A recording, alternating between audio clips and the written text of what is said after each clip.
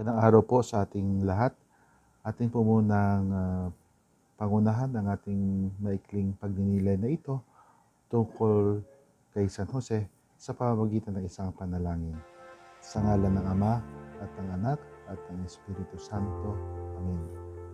Panginoon namin Diyos, Ikaw po ang nagbigay ng pagkakataon upang kami magpadagpo. Maraming salamat po sa pagkakataong ito.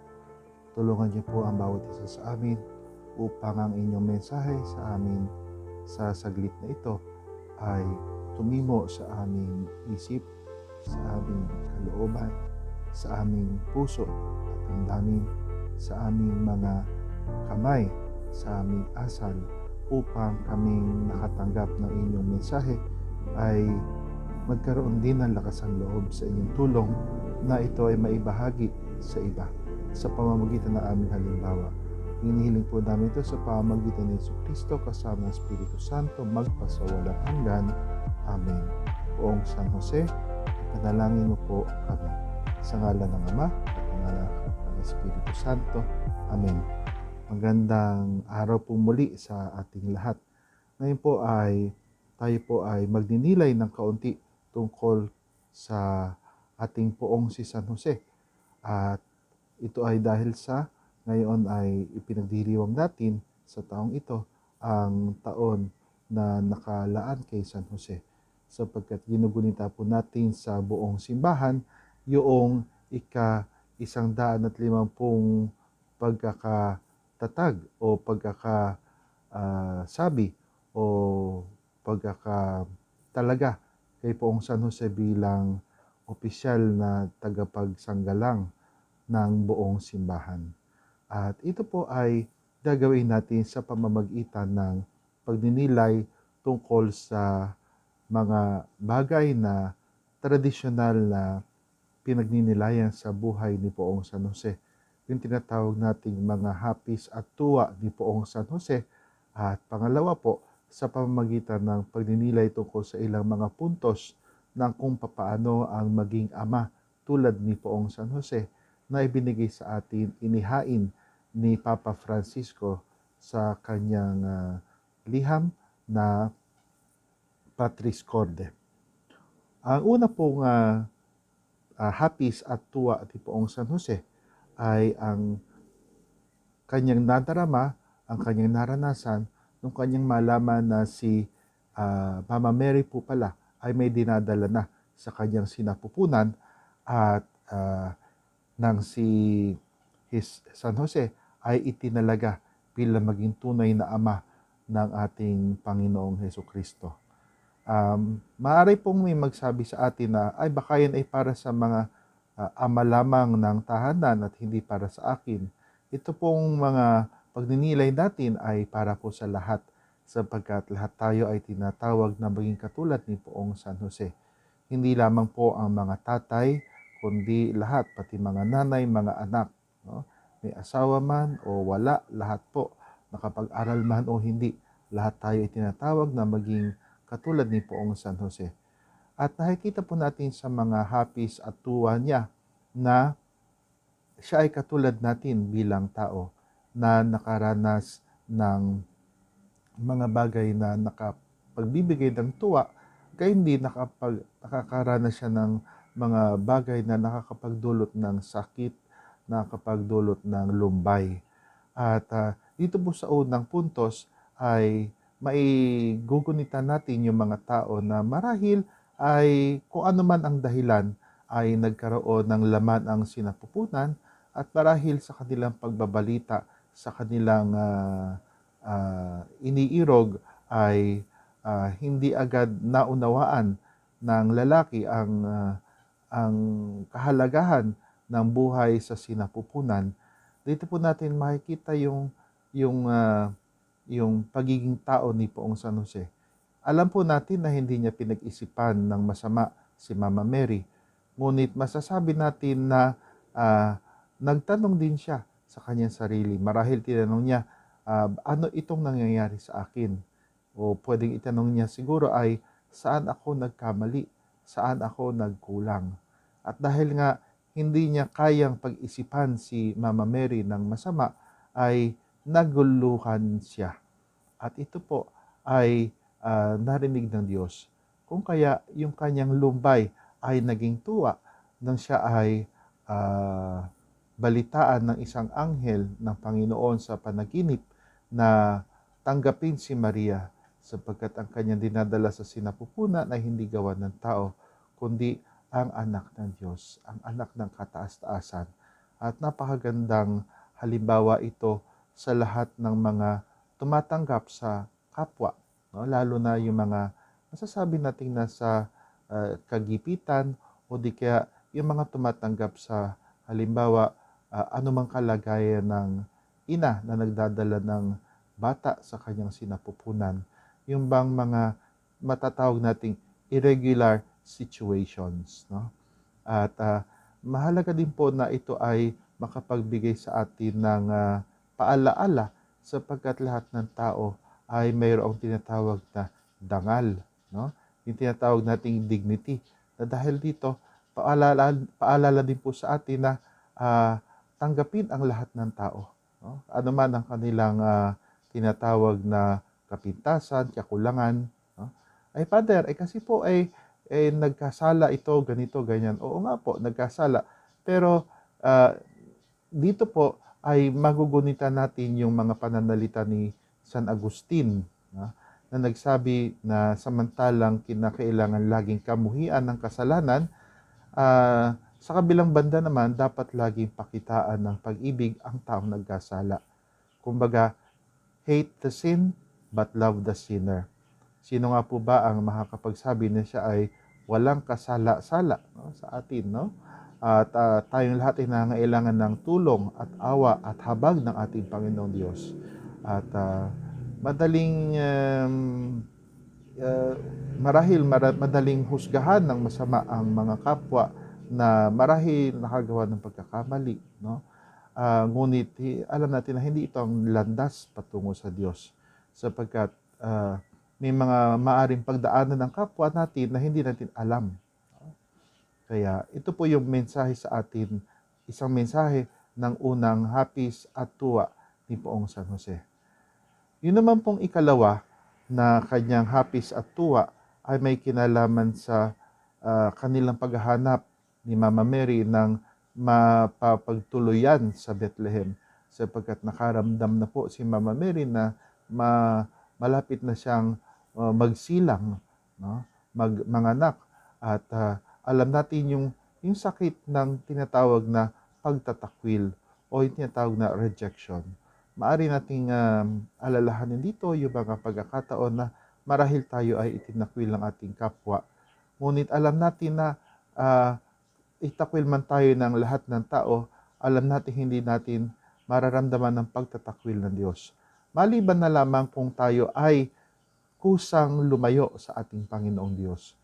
At dito natin makikita yung tinatawag na pakikidamay ni Poong San Jose sapagkat naramdaman niya yung agam-agam ng isang ama na yung napaka-basic na maiaalay sa kanya magiging anak na sinasabi nating pagkakaroon ng lugar na mapagsisilangan ay wala, no? Si San Jose po ay tunay na ama ng ating Panginoong Hesus. Bagamat siya ay hindi biological father, ngunit sa panukala ng ating Diyos Ama ay si Poong San Jose po ay totoong ama, real father. Siguro masasabi natin na kanyang na-redefine kung ano ibig sabihin ng pagiging ama. Hindi ibig sabihin lahat ng ama ay biological lamang. Pwedeng mayroong ama na hindi biological pero totoo. At gayon din naman ang nangyari kay Mama Mary, di po baga, na si Mama Mary ay tunay na ina ni Jesus. Bagamat hindi siya nagkaroon ng relasyong pang mag-asawa sa kahit sinong lalaki o pagtatalik sa kahit sino man, siya ay tunay na ina. Gayon din si Poong San Jose, tunay na ama, bagamat hindi siya biological father. Isang mahiwaga, ngunit totoo ang kanyang pagiging ama. Na ngayon ay sa ikalawang puntos na ito, nakikita natin na talagang sinusubok ang kanyang pananampalataya. Bagamat alam natin na nakatagpo din sila ng mapagsisilangan kay Jesus sa isang sabsaban. sa isang panahanan ng hayop, no? Pakainan ng hayop kung tutuusin po. At dito nakikita natin yung kanyang pagtanggap ni Poong San Jose sa kalooban ng Diyos. Sapagkat ginawa naman nila yung kanilang makakaya na makahanap ng kung saan mapapagsilangan si Jesus. Ngunit kung talagang walang-wala, ay ginawa nila ang makakabuti sa pagkakapanganak sa ating Panginoong Jesus. At ginawa ni Poong San Jose ang kanyang makakaya. Doon po sa pangatlo na tuwa at hapis at tuwa ni Poong San Jose, nandiyan po yung pagtutuli o pagsusunat sa sanggol na si Jesus. No, nasasabi ng lahat ng mga magulang marahil na di baling sila na ang magdusa kaysa sa ang kanilang mga anak. No? At dito makikita natin yung pagtanggap muli ni Poong San Jose sa kalooban ng Diyos na masunat ang ating Panginoong Jesus, no?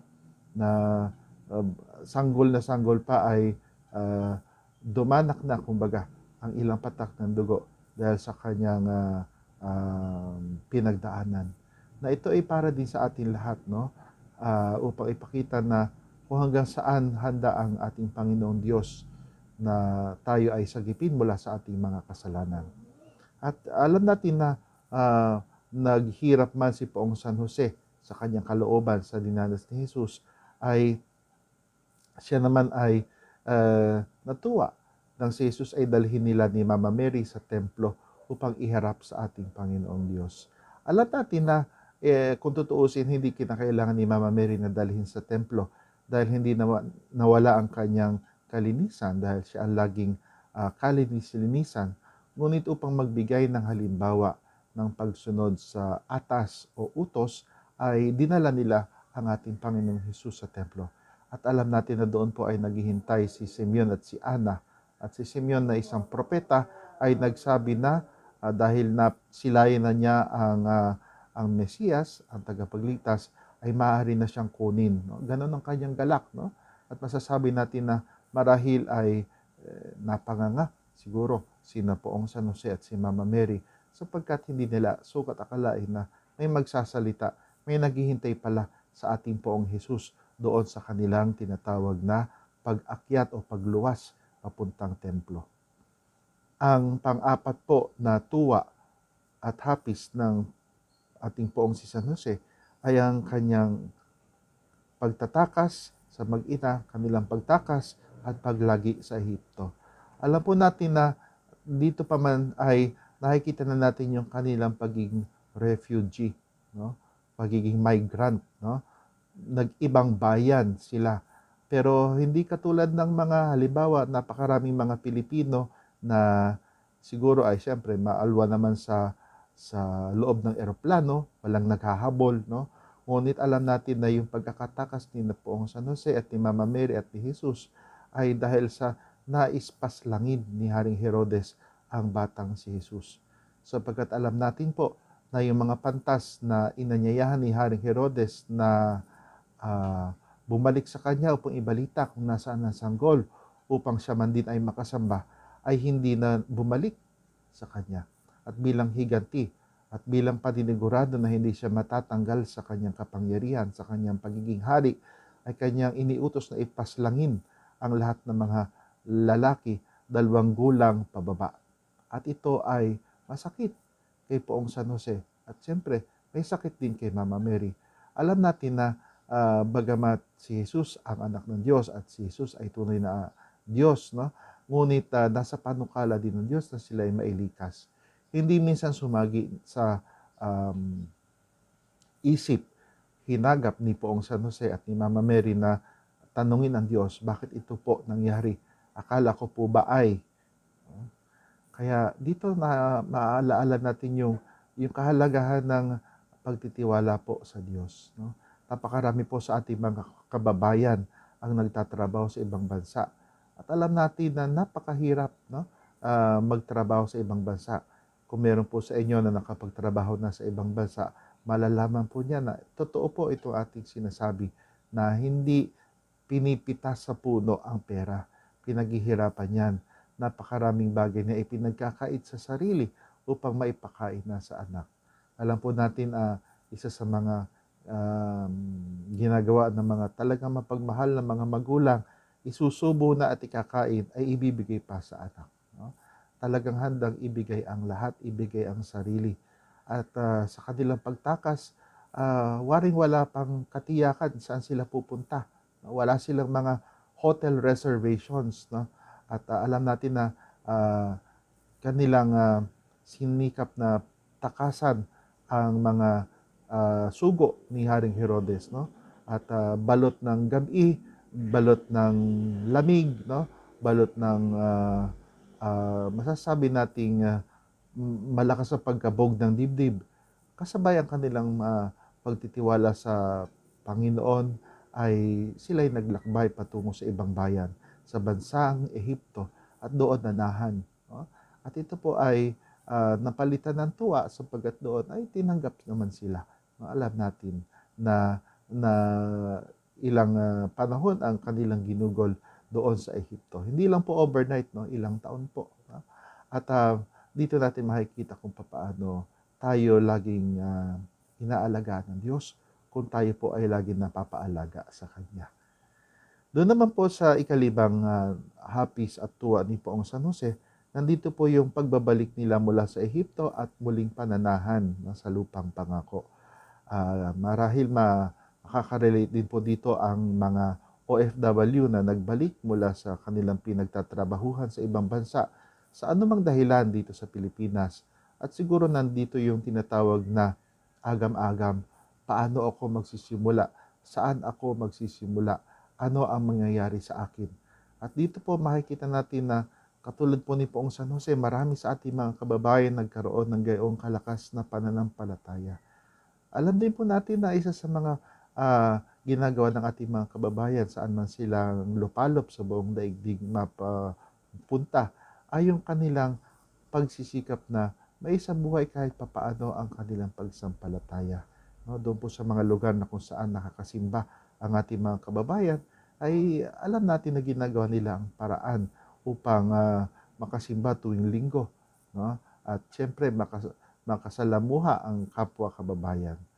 Dito din po sa hapis at tuwa ni Poong San Jose, nakikita natin yung adjustment na kuminsan ay napakalaki na kinakailangan nilang gawin kahit na nandito na sila sa lupang pangako. Yung bubang tinatawag na starting all over again, muling pagsisimula. No? At dito po makikita natin na siguro ang mga adjustment sa buhay ay pinapahintulutan po ng Panginoon upang ating maipakita yung ating pagsampalataya sa Kanya. No? Kasi kung marahil lahat ng bagay ay napakadali na, no? Parang lahat na lang isang click, no?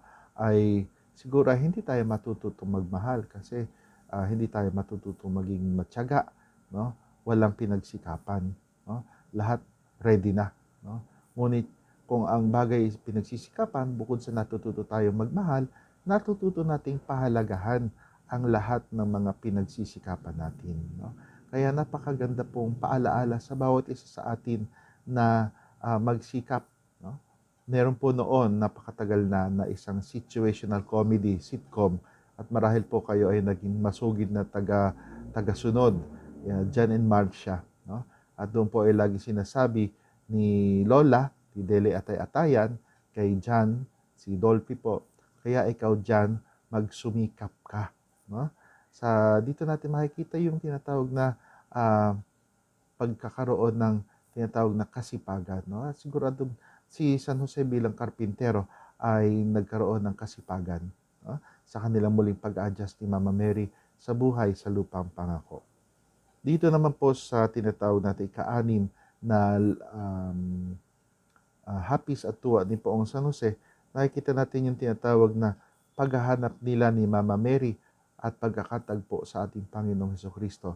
Sapagkat alam natin na noong si Jesus ay dinala, minsan sila nagpunta sa Jerusalem, lumuwas, no, sa templo, at nung sila papauwi na, ay nagkahiwalay sila ng landas ni Poong San Jose at ni Mama Mary, patungo din sila kapwa pauwi.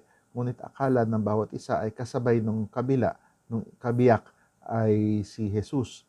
At nung kanila mapagtanto na hindi pala nila kapwa kasama si Jesus, sila ay naghanap. Isa ding pagsubok, no? Sino po ba sa atin ang minsang eh, hindi na alam kung anong gagawin, no? Kapag ang nawala ay isang material na bagay, no? Halimbawa ay ballpen o lapis o kung ano man. Lalo na kapag ang halimbawa ang nawawala halimbawa ay pusa, no? At lalo at higit kapag nawawala ay tao, no? Sino bang hindi nakarinig sa atin minsan na kung ang pusa nga hinahanap, kung ang aso nga hinahanap, tao pa kaya, no? Kaya nandito muli yung kahalagahan ng tinatawag natin ng bawat isa, no? Na huwag nating hintayin na mawala ang ating mga mahal sa buhay upang ating ipakita ang ating pagmamahal sa kanila.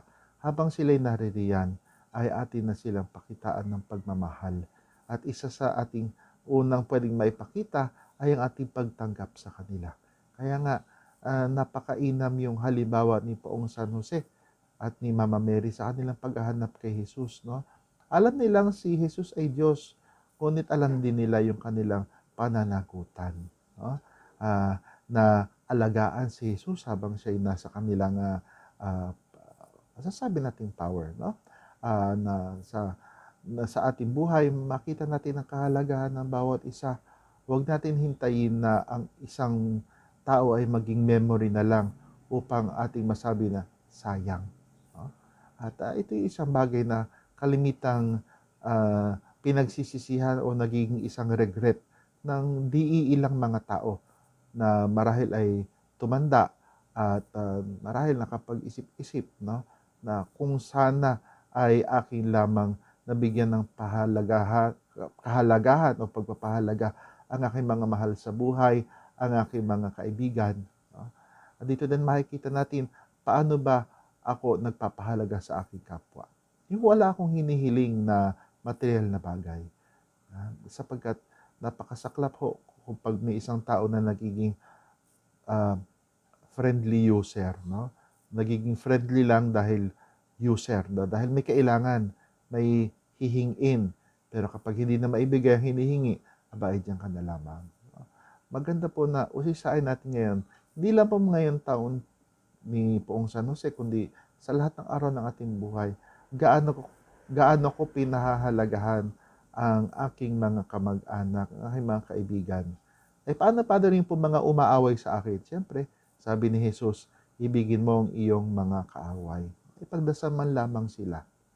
Ipagdasal na sana ay makita nila na marahil yung kanilang ginagawa ay mali, no? Pero siyempre, huwag na may pagdasal na may mangyaring masama, no? Yun po.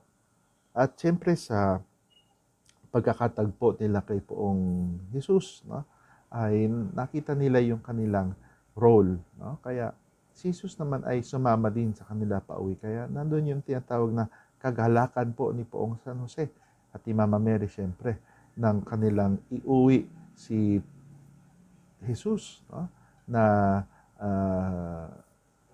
sa kanilang piling siya ay lumaki ng mayroong kagandahang loob, mayroong pinag-aralan, mayroong mabuting pagpapalaki, no? At siguro ay nandun yung kanilang pagpapasalamat sa Diyos sapagkat natagpuan nila ang kanilang anak na si Jesus.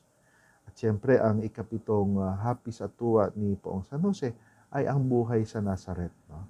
Bakit po kaya Father magiging hapis ang buhay sa Nazaret? Sapagkat alam po natin na buhay ng pamilya ay hindi laging madali, no? Alam natin na sa bawat araw mayroong mga hinaharap na mga bagay-bagay ang bawat pamilya, no? Andyan yung ikabubuhay ng mag-anak, andyan yung ihahanap ng pambayad sa tubig, sa kuryente, andyan kuminsan yung, ay naku, nadapa ang anak, no, na ganagasgasan o di kaya kung ano man, no? At ito'y hinarap ni Poong San Jose at ni Mama Mary, no? Nang mayroong kababaang loob, mayroong kasipagan, may tiwala sa Diyos, at mayroong pagmamahal sa isa't isa. Ito po ay napakagandang ating pagnilayan sapagkat ito ay isang pagsubok na marahil ay ating nararanasan lahat, no? Ito po yung tinatawag nating mga joys and sorrows of St. Joseph. Dito natin makikita ang hiwaga ng buhay. Na ang buhay ay hindi puro sarap, no? Meron din pong tinatawag na pagsubok ang buhay. masasabi nating hirap, masasabi nating pait, no? Masasabi nating bittersweet, no? At alam natin na sa buhay, hindi maaaring piliin lamang yung masasarap na o mahuhusay na bahagi ng buhay sapagkat pati yung mga pagkakataong masasabi nating pagsubok o crisis ay mga pagkakataong ating maituturing na pwedeng maging mga blessings in disguise, no? Kaya dito natin makikita na sa halimbawa po ni Poong San Jose ay ating makita yung ating sarili, ang ating mga struggle, ang ating mga pinagsisikapan, no? Lalo na sa larangan marahil ng pakikipag-usap sa Diyos, pagtitiwala sa Diyos, marahil nandiyan yung pagsimba, nandiyan yung pagkukumpisal, no? Pagdadasal, no? Paglalaan ng panahon para sa pananalangin, no? At nandiyan din yung larangan ng tinatawag nating pag pagkilos ng naaayon sa isang tagasunod ni Kristo. Isang bagay na tumutukoy sa ating asal, yung ating ugali.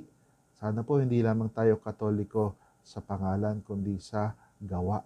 No? Hindi lang po sa baptismal certificate, kundi sa ating pananalita, no? Sa ating bukan ng bibig. No? Kumbaga, yung tabas po ng dila. No?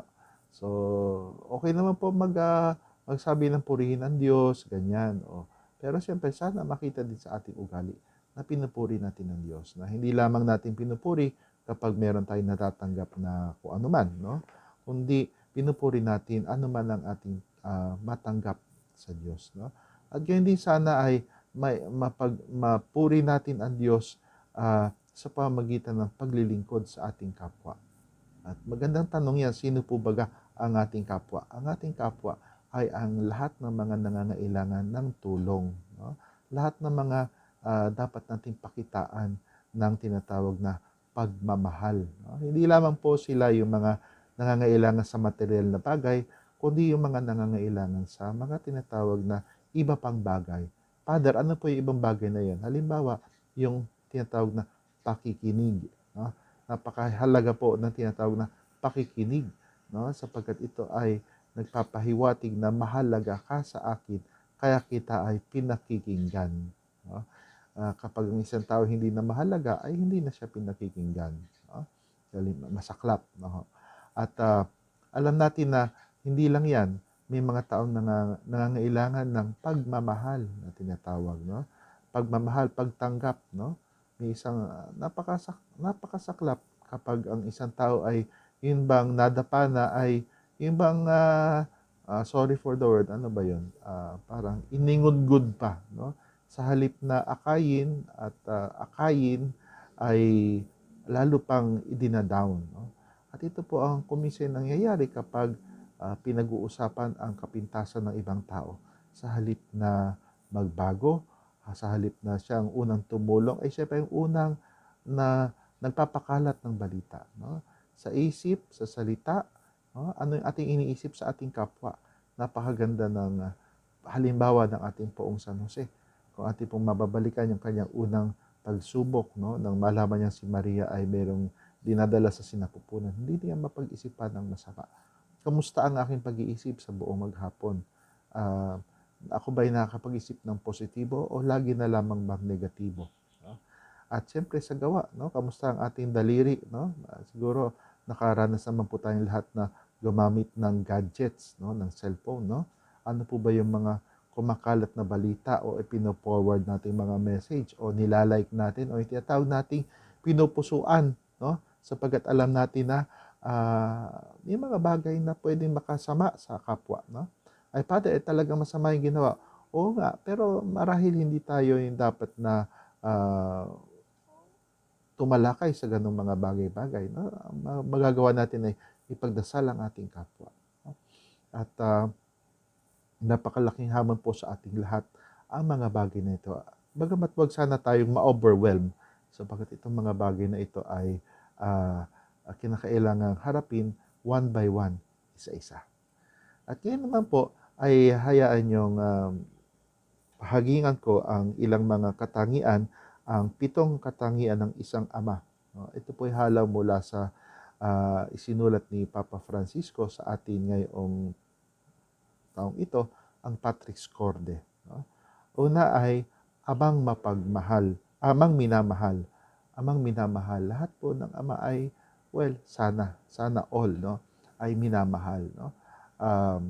Sapagkat bahagi din po ng pangangailangan ng tao yung mahalin. No? Kaya napakagandang pagnilayan gaano ko minamahal ang aking tatay, ang aking ama. Sino ba ang tinuturing kong tatay? Siyempre, ang biological. Pero siyempre, bukod doon, may mga ibang mga tatay sa buhay, no? Na sana ay nandun yung pagtangkilik, no? Nandyan yung ikaapat na utos, no? Marahil hindi man tayo sang-ayon sa lahat ng sinasabi ng tatay, bagamat nandun naman yung tinatawag lagi nating respeto, paggalang. No? Hindi man tayo sumang-ayon sa lahat ng sinasabi niya, pero hindi nawawala yung paggalang. Napakahalaga niyan. Lalo na po kapag dumating na sa yugto na ang tatay ay uh, mahina na, no? Kung hindi man katawan ay ang isip, no? Ay sa atin nandun yung tinatawag na pagpapahaba ng pisi. No? Ay hindi lang po ito sa mga tatay, kundi sa mga nanay, no? Sa mga lolo, sa mga lola, no? At ito po yung tinatawag nating amang mapagmahal, minamahal. Pangalawa ay ang amang malambing at nagmamahal. Ito po katangian ng isang tatay, no? Mapaglambing, no? Alam natin na kalimitan ang tatay ay iniuugnay natin sa disiplina. Tama naman po. Ngunit ang isang tunay na tatay hindi lamang nagdidisiplina, kundi nagdidisiplina ng may puso, no? Hindi yung sobra-sobra naman na halos mawala na ng loob ang kanyang anak, no? Hindi siya natutuwa sa pagpapahirap, no? Hindi po siya sadista, no? Kundi siya ay malambing at nagmamahal. Sapagkat napakalakas ng kapangyarihan ng pagmamahal kapag ito ay ipinakita sa tamang paraan. No? At sapagkat tayo minamahal din ng Diyos, kaya tayo naririto sapagkat mahal tayo ng ating Panginoon Diyos. At dito po, may binanggit si Pope Francis na kahinaan ay dapat tingnan ng may awa. No? Ito puli ang ating, dito ay muli nating hinahalo ang pananalita ni San Agustin. Love the sinner but hate the sin. Kamuhian mong kasalanan. Pero yung tao nagkasala, dapat laging sagipin, dapat laging pagdasal, dapat laging pagpakitaan ng tinatawag na pagpapasensya. Pangatlo pong katangian, amang masunurin. No? Kung nais nating maging katulad ni Poong San Jose, marunong din sana tayong sumunod sa ating Panginoong Diyos, sa kanyang kalooban.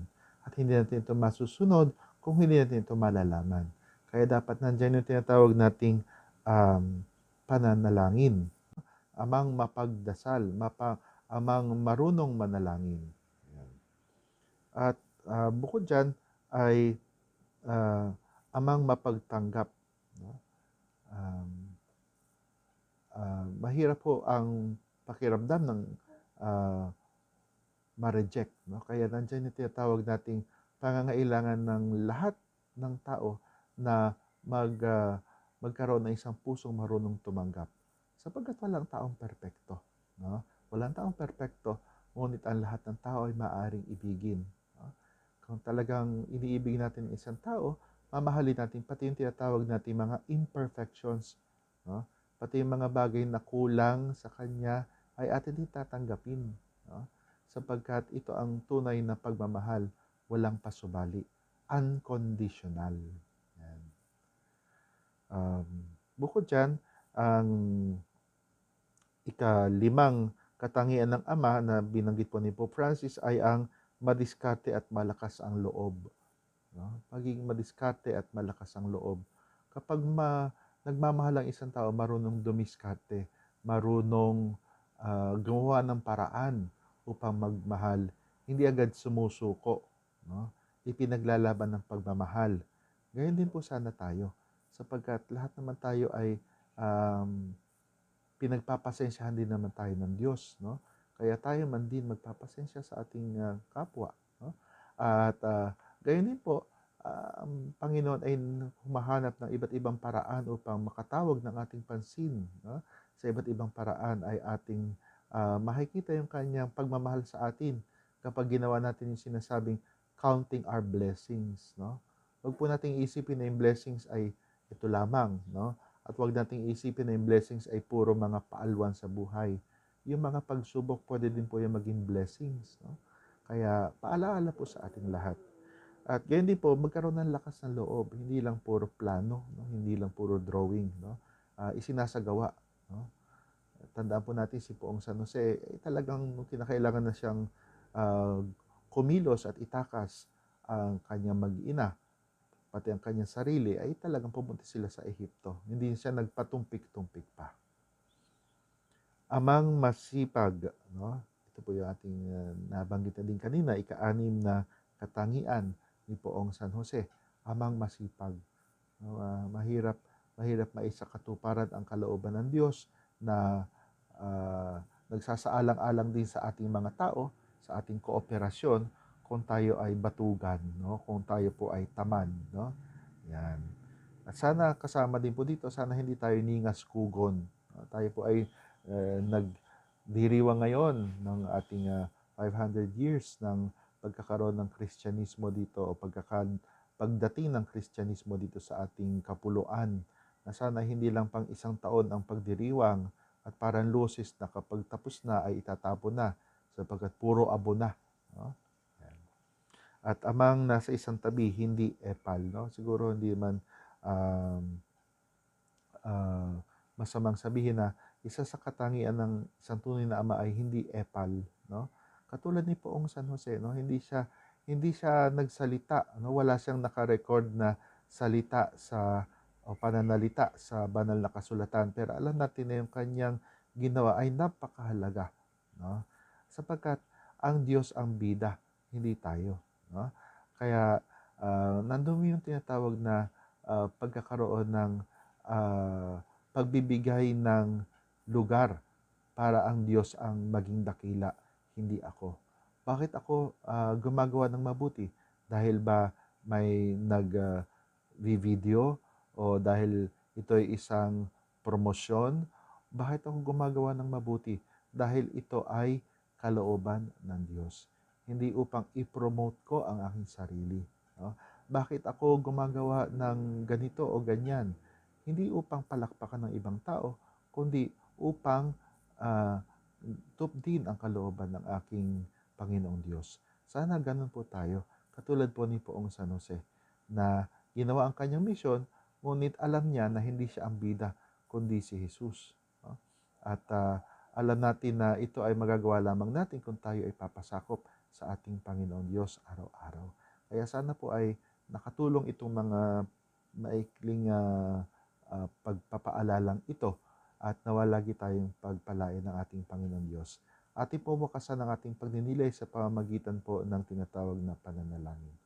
Sa ngalan ng Ama, ng Anak at ng Espiritu Santo. Amen.